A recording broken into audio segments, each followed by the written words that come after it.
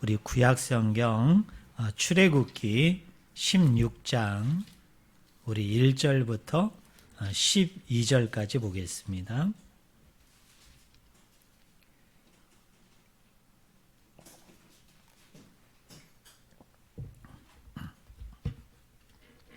출애굽기 16장 우리 1절부터 12절 말씀을 제가 읽어드립니다. 제가 가지고 있는 성경책은 구약성경 105쪽입니다. 출애굽기 16장 1절부터 12절입니다. 이스라엘 자손의 온 회중이 엘림에서 떠나 엘림과 시내산 사이에 있는 신광야에 이르니 애굽에서 나온 후 둘째 달 15일이라. 이스라엘 자손 온 회중이 그 광야에서 모세와 아론을 원망하여 이스라엘 자손이 그들에게 이르되 우리가 애굽 땅에서 고기 가마 곁에 앉아 있던 때와 떡을 배불리 먹던 때에 여호와의 손에 죽었더라면 좋았을 것을 너희가 이 광야로 우리를 인도해 내어 이 온 회중이 주려 죽게 하는도다. 그때 여호와께서 모세에게 이르시되 보라 내가 너희를 위하여 하늘에서 양식을 비같이 내리리니 백성이 나가서 일용할 것을 날마다 거둘 것이라. 이같이 하여 그들이 내 율법을 준행하나 아니하나 내가 시험하리라. 여섯째 날에는 그들이 그 거둔 것을 준비할지니 날마다 거둔 것에 갑절이 되리라. 모세와 아론이 온 이스라엘 자손에게 이르되 저녁이 되면 너희가 여호와께서 너희를 애굽 땅에서 인도하여 내셨음을 알 것이요 아침에는 너희가 여호와의 영광을 보리니 이는 여호와께서 너희가 자기를 향하여 원망함을 들으셨습니다. 우리가 누구이기에 너희가 우리에 대하여 원망하느냐. 모세가 또 이르되 여호와께서 저녁에는 너희에게 고기를 주어 먹이시고 아침에는 떡으로 배불리시리니 이는 여호와께서 자기를 향하여 너희가 원망하는 그 말을 들으셨습니다. 우리가 누구냐? 너희의 원망은 우리를 향하여 함이 아니요 여호와를 향하여 함이로다. 모세가 또 아론에게 이르되 이스라엘 자손의 온 회중에게 말하기를 여호와께서 가까이 나아오라. 여호와께서 너희의 원망함을 들으셨느니라 하라. 아론이 이스라엘 자손의 온 회중에게 말하매 그들이 광야를 바라보니 여호와의 영광이 구름 속에 나타나더라. 여호와께서 모세에게 말씀하여 이르시되 내가 이스라엘 자손의 원망함을 들었노라. 그들에게 말하여 이르기를 너희가 해질 때에는 고기를 먹고 아침에는 떡으로 배부르리니 내가 여호와 너희의 하나님인 줄 알리라 하라 하시니라. 아멘. 오늘 같이 읽은 본문 말씀을 가지고 일용할 양식이 가지는 의미라는 제목으로 우리가 같이 하나님의 말씀을 나누기를 원합니다. 오늘 본문 말씀은 이스라엘 백성이 출애굽을 해서 광야에 머무를 때 그들에게 만나와 메추라기를 하늘에서 내려서 먹이신 사건입니다. 우리가 읽은 1절 말씀에 보니까 이렇게 얘기합니다. 이스라엘 자손이 온 회중이 엘림에서 떠나 엘림과 시내산 사이에 있는 신광야에 이르니 애굽에서 나온 후 둘째 달 15일이라 라고 얘기합니다. 우리 알고 있죠? 이스라엘 백성이 출애굽을 하고 여러분 무슨 강을 건너죠? 홍해 바다를 건넙니다.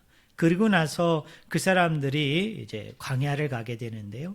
이 사람들이 처음 만난 광야가 어디냐? 엘림, 즉 수르 광야를 만나게 돼요. 그리고 그 수르 광야를 거쳐서 지금 1절에 보니까 무슨 광야에 왔다고 얘기하죠? 신 광야에 왔다. 그러니까 수르 광야를 거쳐서 신 광야까지 오는데 이 사람들이 얼마의 기간이 걸리느냐? 한 달이 걸렸습니다. 더 쉬운 말로 얘기하면 애굽에서 탈출해서 오늘 신 광야까지 오는데 한 달의 시간이 걸렸어요. 여러분, 한 달의 시간이 걸렸다는 게 무슨 의미일까요? 이 사람들이 출애굽을 할 때 여러분 빈손으로 나온 게 아니죠. 여러분 이 사람들이 출애굽을 할 때 물론 도망자로 나왔지만은 그냥 빈손으로 빈몸으로 나오지를 않았어요. 이 사람들도 나올 때 뭘 가지고 나왔겠어요? 나름대로 물도 가지고 나왔을 것이고, 여러분 식량도 가지고 나왔을 것이고, 또 여러 가지 그것에 필요한 생필품들을 다 싸가지고 나왔을 거예요. 근데 한 달이 지나면 어떻게 됐을까요? 물은 더 일찍 떨어졌을 것이고, 또 여러분 식량도 거의 바닥이 났을 거예요. 또 여러분 식료품도 아무리 완전하게 완벽하게 준비했다 할지라도 한 달이 지나면 어때요? 식료품이 완전히 동이 났을 바로 그때가 오늘 본문 말씀의 시기, 바로 때임을 우리가 알 수 있습니다. 그래서 2절 말씀에 보니까 이 사람들이 하나님을 원망해요. 이스라엘 자손 온 회중이 그 광야에서 모세와 아론을 원망했다. 왜 원망했겠어요? 한 달이 지났거든요. 물도 없고 식량도 없고 생필품도 다 없는 거예요. 그래서 이들을 지도했던, 이들을 앞장서서 인도했던 모세라는 사람, 아론이라는 사람을 원망했어요. 그런데 바로 이 16장 앞장인 여러분 15장 22절부터 27절을 보면 이스라엘 백성이 출애굽을 하면서 하나님을 그리고 모세와 아론을 첫 번째로 원망했던 사건이 나옵니다. 그게 뭐예요? 물이 없어서 마라라는 지역에서 여러분 하나님을 원망합니다. 모세와 아론을 원망합니다. 그런데 그때 우리가 성경을 읽지는 않았습니다마는 그 앞에 있는 본문을 가만히 읽어보면 그 원망한 이스라엘 백성들을 표현할 때 뭐라고 표현하느냐 하면 여러분 한번 따라해 보실래요? 그 백성. 네, 그 백성이라고 그랬어요. 여러분 그 백성은 이스라엘 백성 전체를 얘기할까요? 아니면 백성 중에 일부, 백성 중에 몇몇을 이야기할까요? 여기 그라는 여러분 한정된 지시대명사가 쓰였다는 말은 뭐예요? 온 백성이 전체가 하나님을 원망하고 모세와 아론을 원망했다는 게 아니라 백성 중에 누구인지는 알지는 못하지만은 일부가 뭐가 없어서? 물이 없어서, 마실 물이 없어서 여러분 하나님을 원망하고 모세와 아론을 원망했어요. 그런데 오늘 2절에 보니까 한 달이 지나고 난 시점에는 거기 2절 초반절에 뭐라고 얘기합니까? 이스라엘 자손 온 회중이. 그전에는 일부 몇몇의 사람만 원망했는데 이게 확대가 됩니다. 확장이 됩니다. 이번에는 어떻게 해요? 이스라엘의 모든 사람이 한 사람도 예외 없이 여러분 출애굽했던 모든 백성이 하나님을 원망하는 거예요. 여러분 모세와 아론을 원망한 거예요. 그 원망의 내용이 3절에 나오죠. 이스라엘 자손이 그들에게 이르되 우리가 애굽 땅에서 고기 가마 곁에 앉아있던 때와 떡을 배불리 먹던 때에 여호와의 손에 죽었더라면 좋았을 것을 너희가 이 광야로 우리를 인도해 내어 이 온 회중이 주려 죽게 되는도다. 무슨 얘기입니까?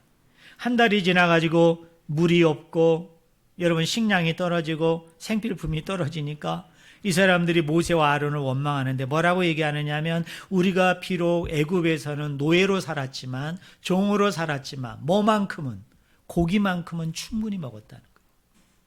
여러분 떡만큼은 충분히 먹었다는 거예요.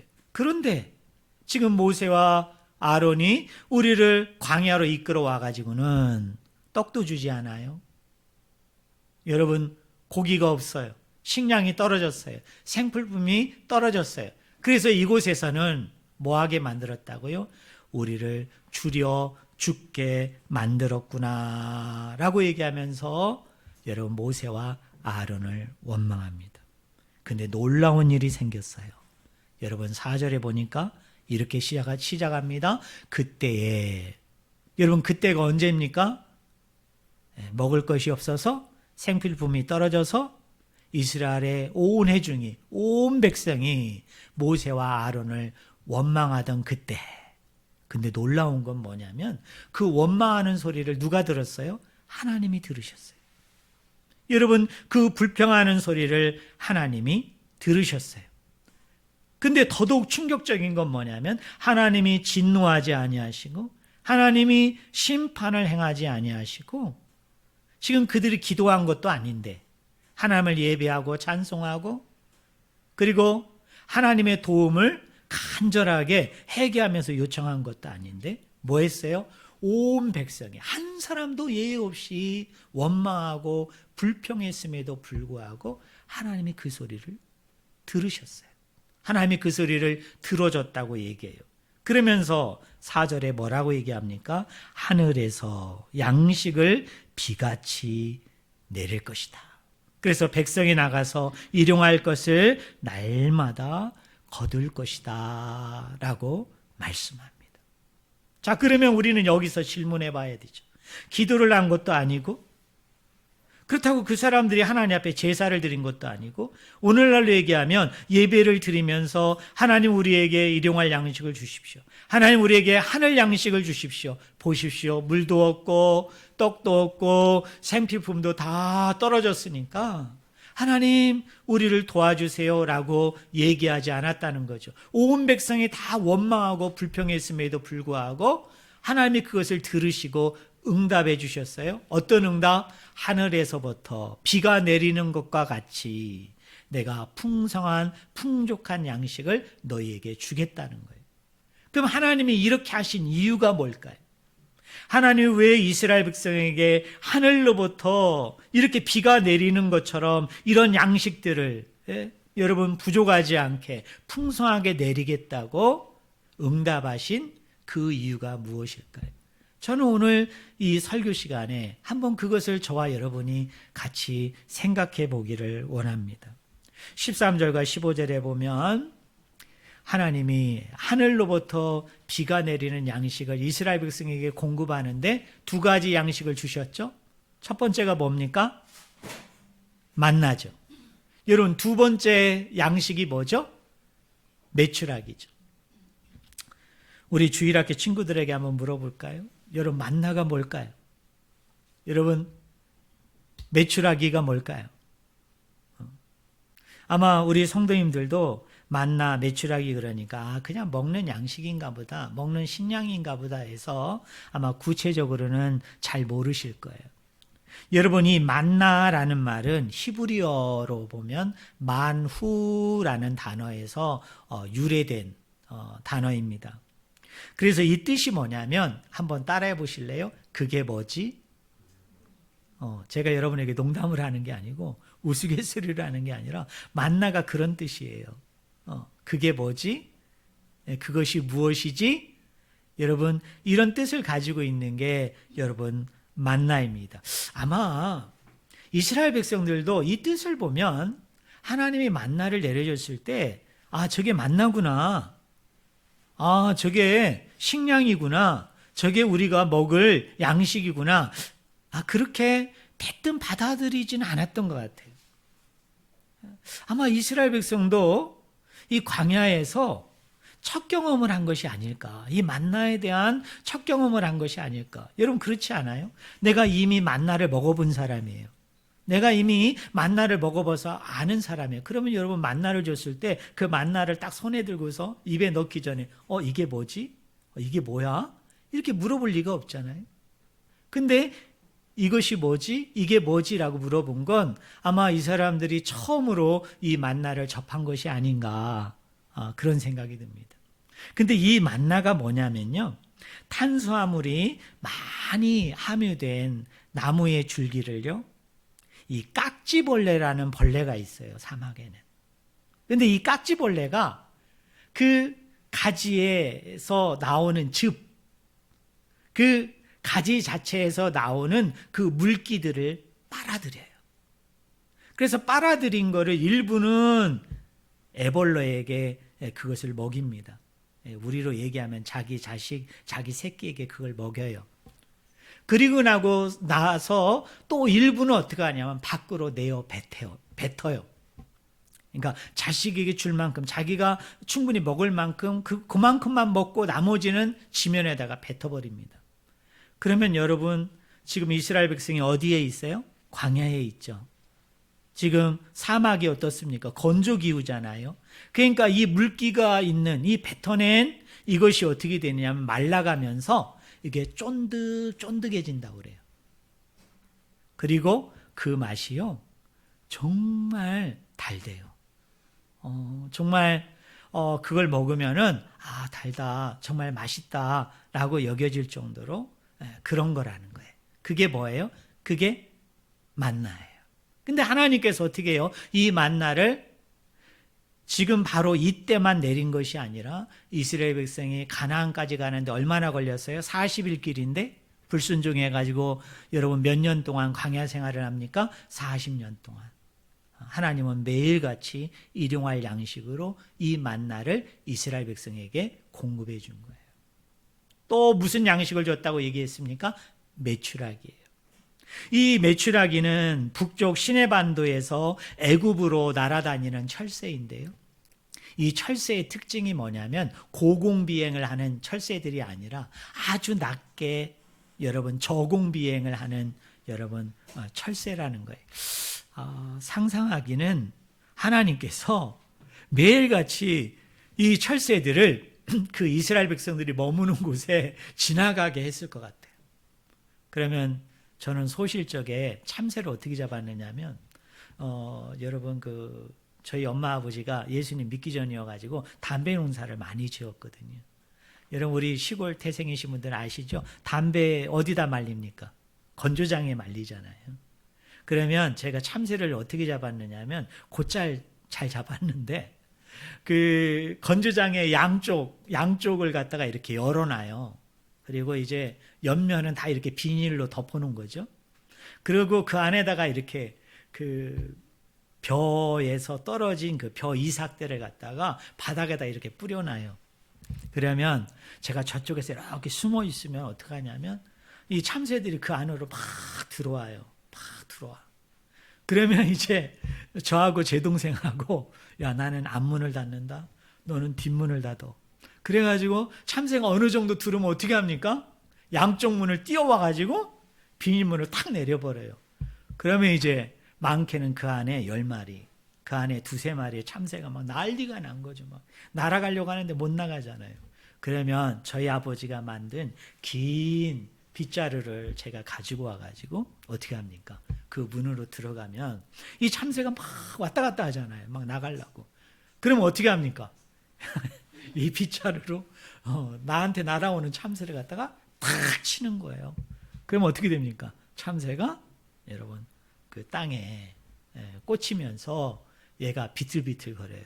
그러면 어떻게 합니까? 뛰어가서 그 참새를 잡는 거예요. 물론 지금은 이제 시골 사람들도 워낙 오염이 돼가지고 요새는 참새고기를 먹지 않아요. 그러나 저희 어렸을 때만 해도 군것질할 게 없으니까 어떻게 하겠어요? 그래가지고 특히 이제 여름에 봄에는 새를 잡으면 안 돼요. 왜냐하면 얘들이 부화하는 시기이기 때문에 어른들이 절대 잡으면 안 된다. 그러니까 참 옛날 어른들은 되게 지혜로웠던 것 같아요. 그런데 이제 가을이 되고 겨울이 되면은 얘가 이제 곡식들을 자꾸 쪼아 먹으니까 부모님들이 그때는 참새를 잡는 걸 허락을 해서 제가 그렇게 잡았던 거예요.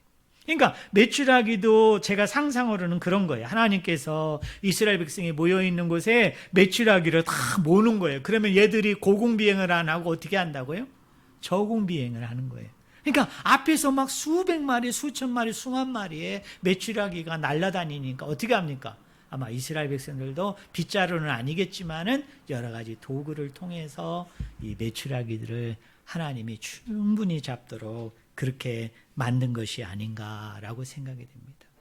사랑하는 성도 여러분, 이스라엘 백성이 스루강에서 신광야까지 오는데 한 달이 걸렸다고 그랬어요. 자, 생필품이 동일하니까 온 백성이 모세와 아론을 원망했어요. 근데 놀라운 것은 원망했음에도 불구하고 하나님이 어떻게 하셨어요? 그것을 들으시고 그 백성에게 만나를 주십니다. 메추라기를 주십니다. 근데 언제까지? 이 사람들이 가나안에 들어갈 때까지 매일같이 일용할 양식으로 이 모든 것을 공급해 주셨다. 이게 오늘 본문의 여러분 스토리예요. 이야기예요. 자, 그러면 이 이야기를 통해서 우리가 얻을 수 있는 교훈이 무엇인가? 저는 세 가지를 얘기하려고 합니다. 첫째는 뭐냐? 여러분 16절을 한번 보세요. 우리가 읽지는 않았습니다. 우리 한번 같이 읽어볼까요? 16절만 같이 읽겠습니다. 여호와께서 이같이 명령하시기를 너희 각 사람은 먹을 만큼만 이것을 거둘지니 곧 너희 사람 수유대로 한 사람에 한 오멜씩 거두되 각 사람이 그의 장막에 있는 자들을 위하여 거둘지니라 하셨느니라. 아멘. 한번 따라해 보실래요? 먹을 만큼만 거두라. 네, 얼마만큼만 거두라고요? 먹을 만큼만 거두라입니다. 이 놀라운 것은 만나와 메추라기를 하나님이 내리셨음에도 불구하고 신기한 일이 생긴 거예요. 그 신기한 일이 뭐냐면 많이 거두어도 남는다, 남지 않는다? 남지 않아요. 또 놀라운 건 남들보다 적게 거두어도 부족함이 있어요, 없어요? 부족함이 없어요. 그래서 하나님이 지정해 놓은 것만큼만 거둘 수 있었어요. 그런데 인간의 탐심과 욕심이 그런가요? 그래서 몇몇은 어떻게 됐느냐면 아침, 점심, 저녁만 먹을 만큼 그만큼만 거두라고 그랬는데 더 거둬들인 자가 있었던 거예요. 그런데 보관을 했겠죠? 근데 아침에 보니까 뭐예요? 그게 썩은 거예요. 여러분, 변질된 거예요. 그래서 먹을 수가 없어서 어떻게 해요? 그것을 버릴 만큼 하나님이 딱 정한 그만큼만, 그 적절한 양 먹을 만큼만 거두게 한 게 뭐냐? 그게 만나와 메추라기의 사건입니다. 그러니까 더 거둔 자도 없고 더 적게 거둔 자도 없는 거죠. 이게 뭐예요? 차별이 없는 거예요. 여러분, 공평한 것입니다. 특별히 예언서들을 보면 이 하나님의 은혜를 여러 가지 그 상징 언어로 얘기하는데요. 비유로 얘기하는데 그 중에 가장 많이 등장하는 비유가 이런 거예요. 하늘에서 비가 내린 같이. 여러분, 아침에 이슬이 지면에 내린과 같이 내가 너에게 복을 준다. 내가 너에게 은혜의 단비를 내린다. 이렇게 표현을 합니다.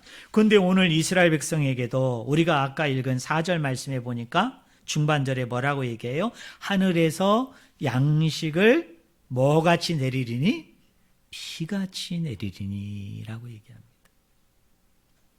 사랑하는 성도 여러분, 우리 한번 농부를 생각해 볼까요? 우리 권사님, 지사님은 농사 지어 보셨는지 모르겠어요. 그런데 우리 여기 앉아있는 우리 성도님들은 부모님이 지금 시골에서 농사 짓잖아요. 저도 농사꾼 아들이거든요. 그래서 저희 아버지한테 늘 들었던 얘기가 있어요. 여러분, 농부는 비가 오는 거에 대해서 어떻게 하죠? 민감합니다. 왜 그럴까요? 여러분, 비가 와야 되거든요.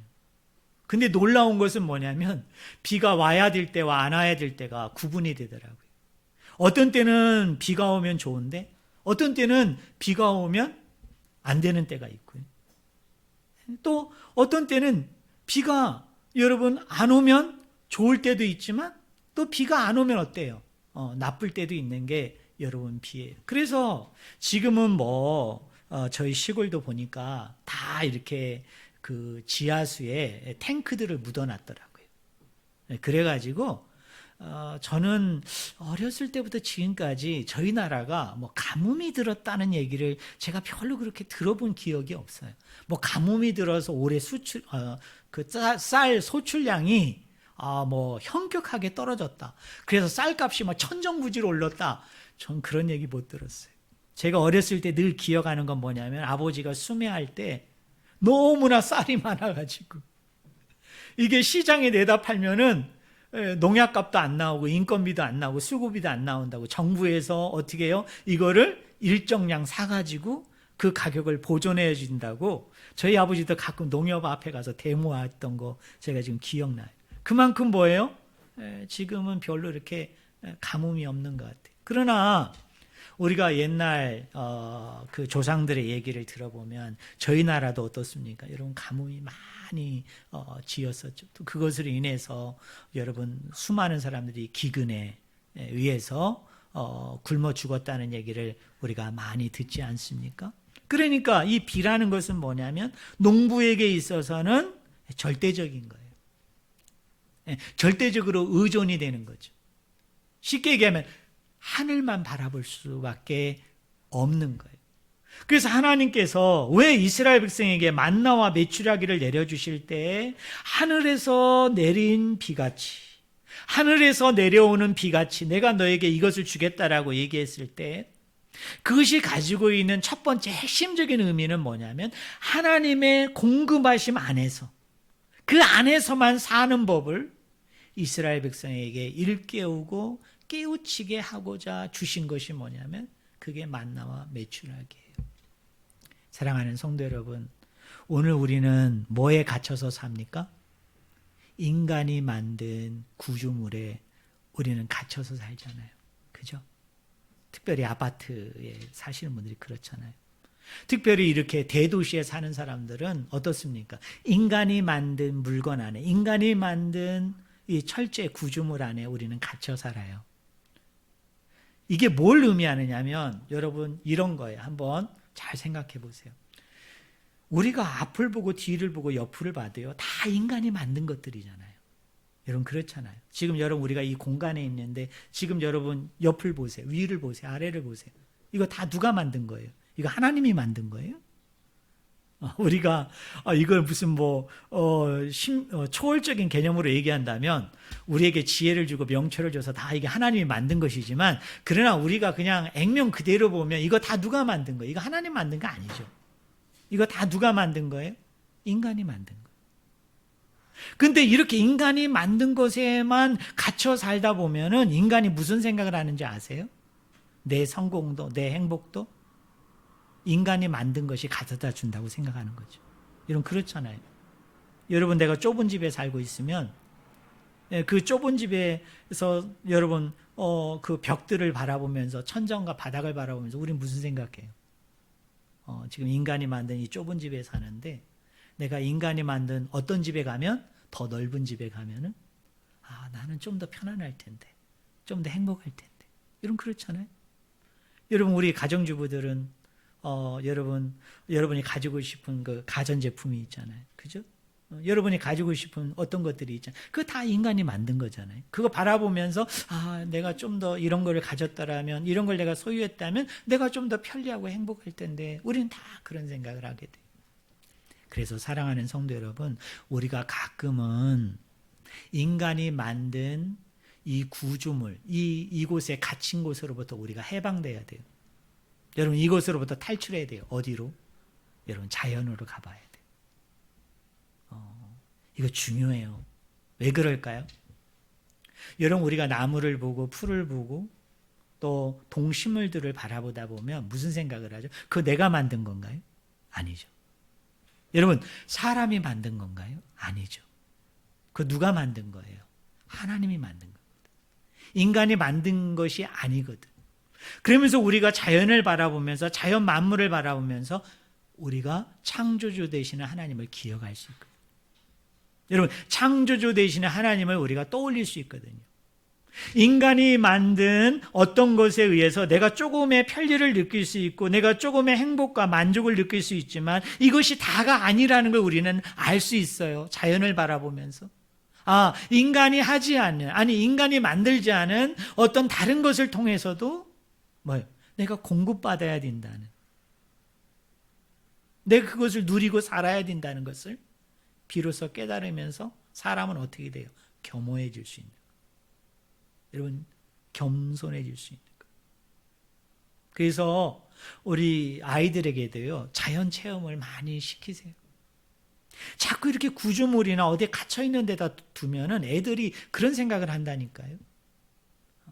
결국 인간이 만들어진 거에 의해서 이걸 내가 얼마나 소유하고 가지고 누리느냐에 따라서 내 성공과 행복의 척도가 달라진다고 생각하는데, 사실은 아이들을 자연 체험을 하게 되고 자연 속으로 들여놔다 보면은 그런 생각을 안 하게 되겠죠. 아, 인간이 만든 것 외에도 이런 것들이 필요하구나. 인간이 만들지 않은 것을 통해서도 내가 이런 시에 이런 은혜를 받아야 되는구나 라는 것을 우리가 깨달을 수 있는 거죠. 왜 하나님께서 이스라엘 백성에게 만나와 메추라기를 내려주셨느냐.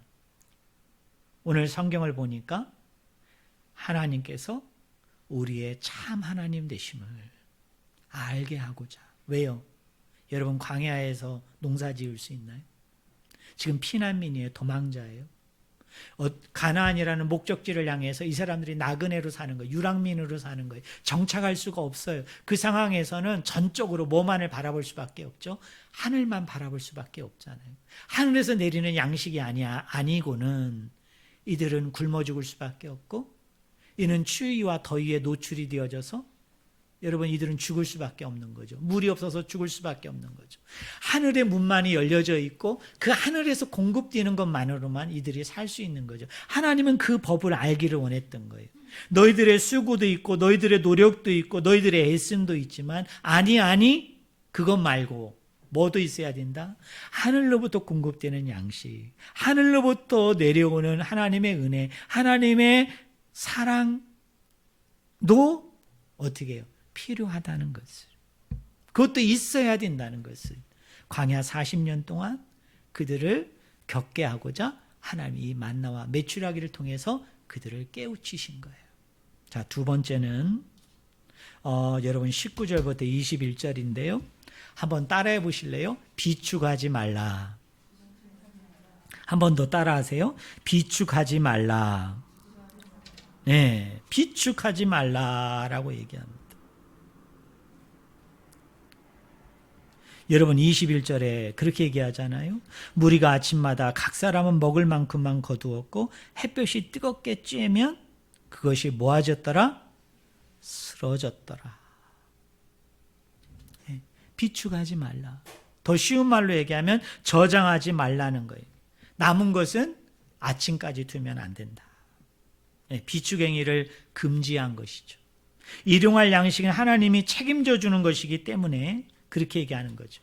그래서 이 하늘로부터 내리는 이 일용할 양식, 하늘 양식은 뭡니까? 한 사람도 예외 없이 모든 사람들에게 다 골고루 하나님이 나눠주는 것이었죠. 일용할 양식은 여러분 경쟁이 아니죠. 더 쉬운 말로 얘기하면 하나님이 내리는 일용할 양식, 하늘 양식은 왜 경쟁이 아니에요? 뭐이기 때문에? 공짜였잖아요. 그죠? 내가 좀 더 수고하고 좀 더 애쓴다고 더 많이 가지는 것도 아니고, 그렇다고 내가 게으르고 내가 좀 열심히 없고 내가 이것저것이 불편해서 남들보다 더 수고하지 않는다고 해서 그 사람에게 더 적게 가는 것도 아니었죠. 일용할 양식이 있는 공간은 뭐가 있는 공간입니까? 은혜가 있는 공간이었죠. 여러분, 그것은 은혜가 다스리는 공간이었어요. 하나님께서 이스라엘 백성 공동체로 하여금 이 만나와 메추라기를 날마다 공급해 주신 은혜는 뭐냐면, 너희들이 지금 공동체를 이루고 있는데 이 공동체 가운데 내가 하늘 양식을 내리는 거예요. 그죠? 개인에게 내리기보다는 하늘에서 비를 내린다는 얘기는 뭐냐면 집단적으로 전체적으로 그게 골고루 내리는 거잖아요. 그 공동체 전체에게 주는 양식인데, 근데 그 양식 자체가 뭐라고요? 은혜예요. 하나님의 헤세드라고요. 하나님의 사랑이에요. 그래서 그 공동체 안에 뭐가 가득해요? 은혜가 가득해요. 사랑이 가득해요. 다른 말로 얘기하면 뭐가 없다? 차별이 없어요. 여러분, 구별되어짐이 없다는 얘기죠. 그리고 여러분, 뭐가 없다? 경쟁이 없다는 거예요. 경쟁이 없다. 다음 주에 제가 여러분과 살펴보고자 하는 말씀이 그 고린도전서 2장이거든요. 그러면서 제가 교회론을 얘기할 거예요. 여러분, 교회가 뭔지 아세요? 제가 결론만 가르쳐 드릴게요. 일주일 동안 묵상해서 오세요. 교회는 은혜가 있는 공간이에요. 이런 은혜가 다스리는 공간이에요. 이런 은혜가 있다는 게 뭔지 아세요? 사도 바울의 말에 의하면 차별이 없다. 네. 모든 사람이 다 공평하다는 거예요. 그리고 교회 안에는 뭐가 없어요? 경쟁이 없어요. 경쟁이. 근데 놀라운 것은 하나님께서 이 만나와 메추라기를 통해서 이스라엘 백성에게 하나님이 이야기하고자 하는 것도 그거예요. 많이 거둔 자도 남는 게 없고 적게 거둔 자도 모자람이 없어요.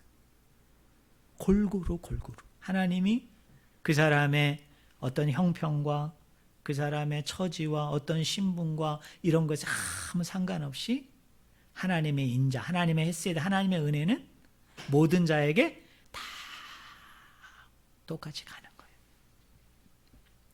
교회사를 보면요, 어느 나라든지 처음에 기독교가 들어갈 때 누구에게 복음이 전파될까요? 여러분, 우리나라도 마찬가지였고 인도도 마찬가지였어요. 하물며 미국도 마찬가지였고 여러분, 유럽도 마찬가지였어요. 이스라엘 나라도 마찬가지죠. 여러분, 예수님이 이 땅에 오셨을 때 여러분, 소수의 몇몇을 제외하고는 다 누가 그 복음을 접했나요? 그 복음을 받아들였나요? 가난한 자들이에요. 네, 저희 나라도 처음에 선교사들이 들어와가지고요, 선교사들이 제일 많이 한 일이 뭐예요? 학교를 세우고, 여러분, 고아원을 세우고, 그죠? 네, 병원을 세웠잖아요. 왜요? 의료 혜택을 받지 못한 가난한 사람이 너무 많은 거예요. 교육의 혜택을 받지 못한 너무나 가난한 사람이 많은 거예요. 그래서 어떻게 해요? 학교를 세워서 그 아이들에게 무상교육을 시켜줘요.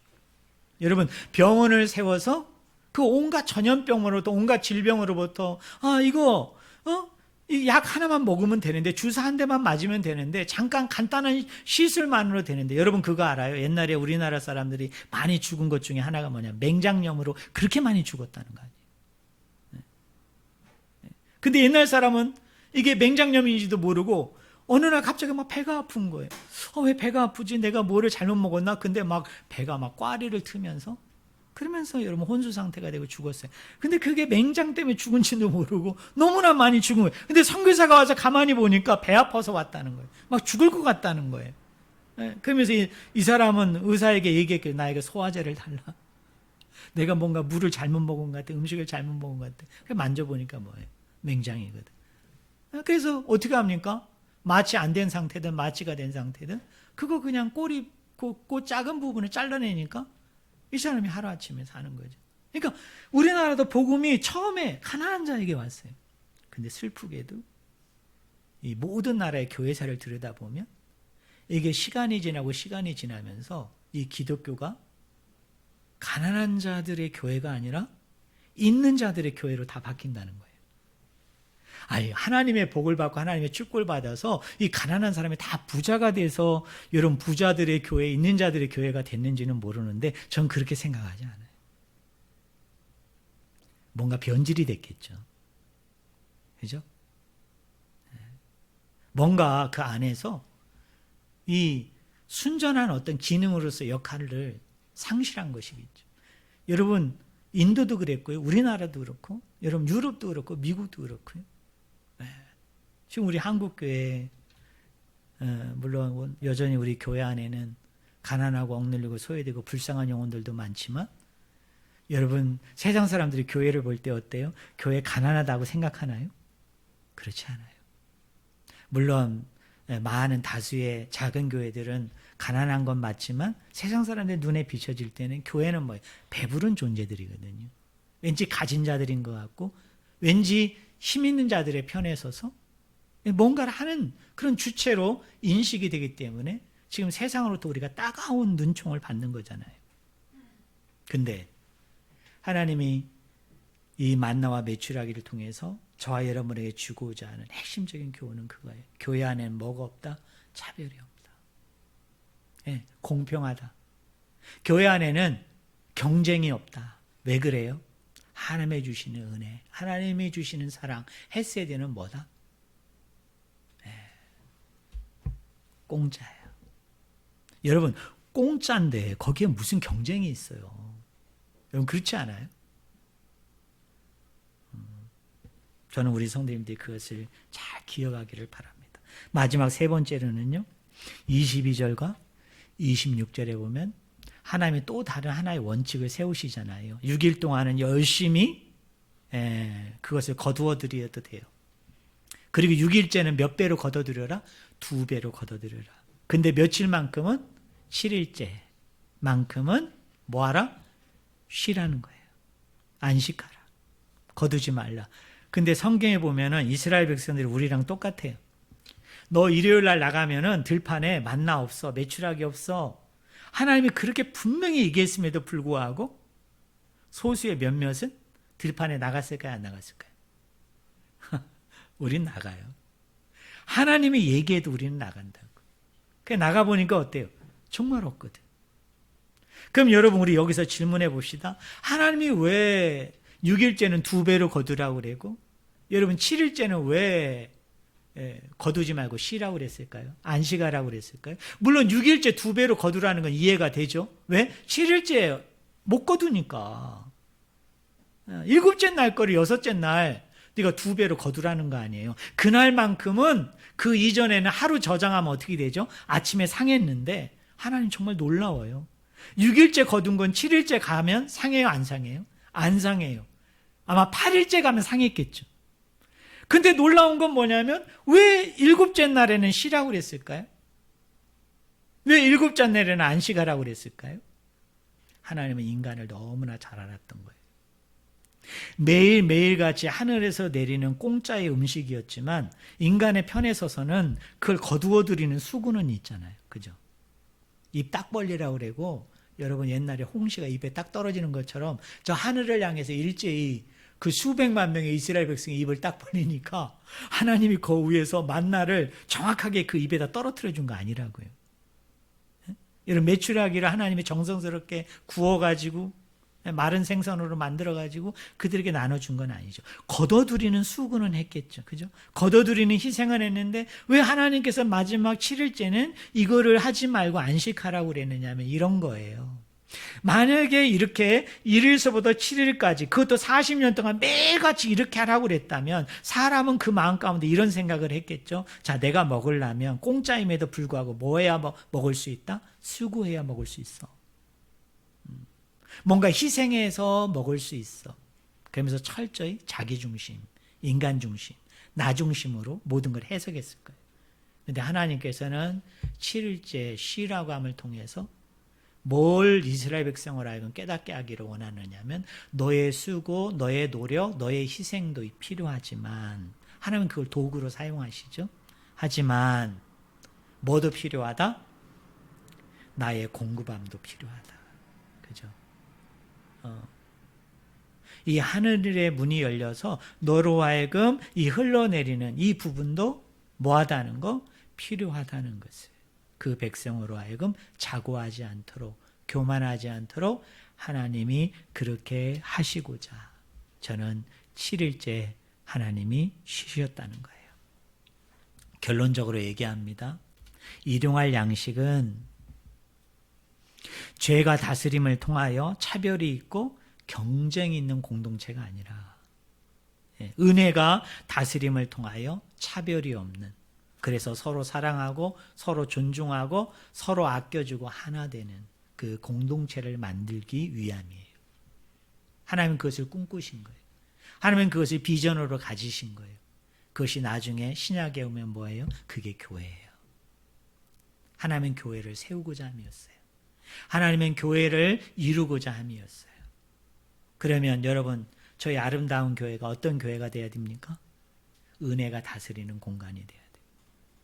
여러분 은혜가 머무는 공간이 돼야 돼요. 많은 분들은 은혜가 머물면 뭐 여기에 무슨 뭐 사람들이 넘어지고 뭐 귀신이 내어쫓고 뭐 병자가 낫고 가난한 자가 갑자기 떼부자가 되고 여러분 직장이 없던 사람이 갑자기 직장을 얻고 병 가진 사람이 갑자기 낫고 뭔가 막 이렇게 현상학적으로 뭔가 막 보이고 나타나고 증거되고 막 그런 거죠. 그러니까 교회 간증 나와서 간증하는 분들의 간증을 들어보면 대다수의 간증이 뭐예요? 나는 이런 사람이었는데 지금은 나는 이런 사람이 됐다. 그리고 교회마저도 뭐예요? 그런 사람들이 큰 소리를 치는 거예요. 그런 사람들이 큰 소리를 내는 거예요. 그건 주님이 원하시는 공동체가 아니에요. 그리고 지도자들마저도 병들어가지고 그런 사람들을 대변하는, 그런 사람들을 옹호하는, 그리고 그런 사람들이 있어야 교회가 유지되지. 또 우리 교인들 중에는 목사님들도 가끔 만나보면요, 저는 너무너무 창피하고 저분들이 정말 맞나라는 생각이 드는데, 교회 자랑을 할 때 물론 교회 크기 자랑하죠. 그 교회 크기는 건물로서의 크기, 그리고 성도들이 얼마나 많이 모이나, 그리고 재정으로서의 크기. 우리 교회는 1년 재정이 얼마, 이런 것도 있지만 마치 부모가 자식을 자랑하는 거와 똑같아요. 여러분, 어떤 엄마가 있어요, 어떤 아빠가 있어요. 이 엄마와 아빠가 나이 들어가는, 우리 엄마가 이제 나이 들었구나, 우리 아빠가 나이 들었구나는 뭘로 아는지 아세요? 자식 이야기를 하기 시작할 때부터 그 사람은 정말 맞아요. 나이 들어가는 거예요. 근데 그 교회 목사님들도 자식이 누굽니까? 성도잖아요. 그러니까 우리 교회는 뭐 어디 출신이 있다는 둥, 뭐 우리 교회는 뭐 어떤 분이 계시다는 둥, 어떤 분이 계시다는 둥. 그게 뭐예요? 자기의 프라이드야. 자기 자랑이야. 정말 창피해 죽겠어요. 정말 창피해 죽겠어요. 여러분, 제가 다음 주에 고린도전서 2장을 얘기하겠지만 바울은요, 너무 충격적인 얘기를 하거든요. 하나님이 너희를 어떻게 부르셨는지 봐라. 그러면서 하나님 부르신 자들을 쭉 나열하는데 너무너무 충격적이에요. 오늘날 목사님들이 자랑하는 거와 사도 바울이 자랑하는 건 하늘과 땅이거든요.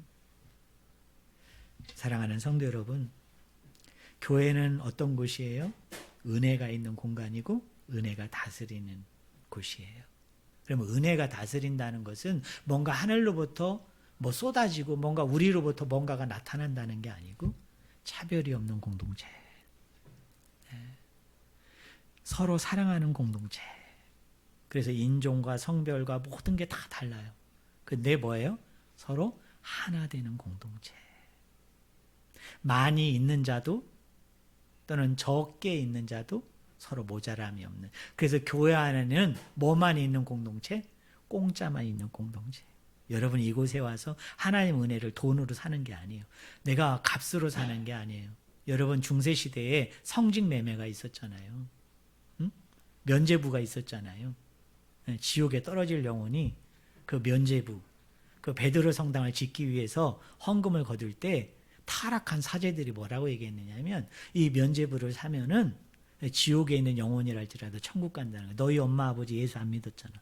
너희 엄마 아버지 이 땅에서 죄 많이 지어서 지금 지옥에 있는데 이 엄마 아버지 천국으로 너 보내야지. 얼마나 불쌍해. 그러니까 죄의 정도에 따라서 우리나라식으로 얘기하면 어떤 사람은 죄가 많은 사람은 1,000만 원, 죄가 좀 중간 정도 되는 사람은 500만 원, 교회는 다녔는데 비실비실대, 믿음은 없는 건 아니야, 이런 사람은 10만 원. 그래가지고 여러분, 그 점쟁이들이 만든 부적이 있잖아요. 그런 부적을 만들어가지고 진열해 놓고 그걸 팔아가지고 여러분 베드로 성당을 지었는데 지금 이탈리아 가보면 그 성당이에요. 이게 얼마나 이게 수치스러운 거예요. 교회의 은혜는 공짜인데, 응? 이 자리에서 자꾸 너희들 충성해라, 너희들 이 정도 해라, 이 정도 바쳐라. 자, 저분 봐라, 저분 이 정도 바쳤으니까 장로도 된 거고, 저분 이 정도 바쳤으니까 저분 이렇게 복 받지 않았느냐. 근데 너희들은 왜 이렇게 지질하냐. 뭐예요? 너희들은 바친 게 없지 않느냐 하면서 자꾸 차별을 짓는 거예요. 구별을 짓는 거예요. 근데 하나님이 원하시는 공동체, 하나님이 진실로 세우고자 하는 공동체는 일용할 양식이거든요. 하늘로부터 내리는 양식이에요. 다 골고루 나눠주는 거예요. 공짜예요. 거기에는 뭐가 없어요? 차별이 없어요. 차별이 없어요. 그리고 뭐가 없어요? 경쟁이 없다고요. 서울 우리 교회에 다니는 우리 교인들은 서로 경쟁하지 않으셨으면 좋겠어요. 야, 이 교인들 중에도 보니까 막 싸우는 이유가 뭔지 알아요? 막 경쟁을 해요. 경쟁. 특히 식당에서 봉사하시는 분들이 더 많이 경쟁해요.